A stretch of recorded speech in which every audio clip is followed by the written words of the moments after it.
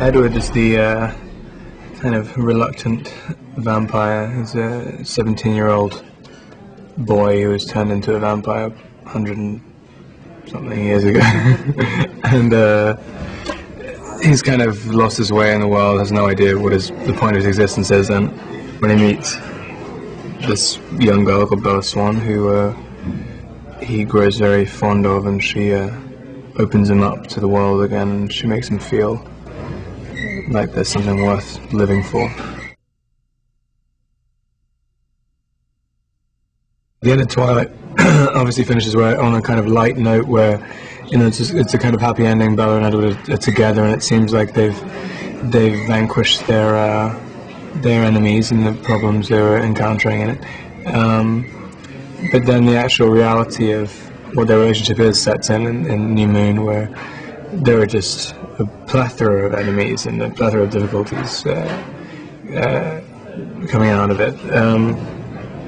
And New Moon is sort of dealing with that, and also dealing with the progression of their relationship and dealing with commitment to each other, as well as just the initial kind of first love story.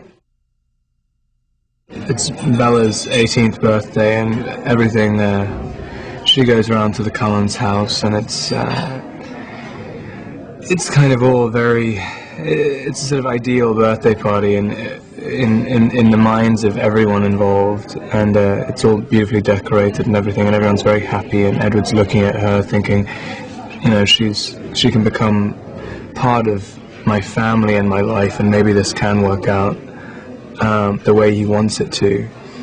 And of course, it kind of just inevitably falls to pieces, and Edward has to reassess everything about the relationship and his life, and with kind of tragic consequences. The Volturi are kind of, I guess, the oldest known band of vampires, coven of vampires in the Twilight universe. They kind of, I guess they become the sort of vampire lords, or the sort of council. They dictate the rules of how vampires need to behave in the world, and they enforce them as well. So they're much older and more powerful than any of the vampires anyone's seen in the rest of the series. I really, really like Chris. I mean, he's very calm and he's very, very focused, and kind of, you know, you never feel pressure, but you know, the ball's always rolling. Everything is. Nothing ever seems held up. No, it's been a real pleasure working with him here. In really simple terms, Edward's much more of a warrior, not a warrior, but a worrier, and Jacob isn't. and that's kind of the biggest difference between them.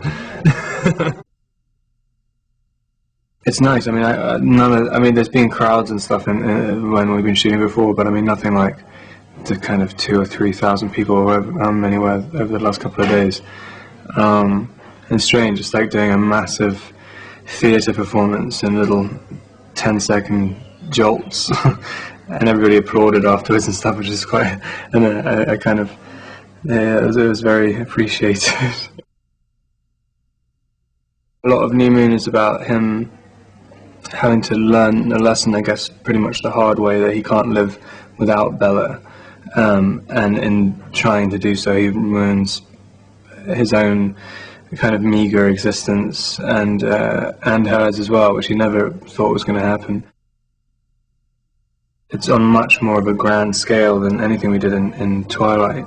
So it's interesting. It's all kind of so much more choreographed and stuff. So yeah, it's very, very operatic.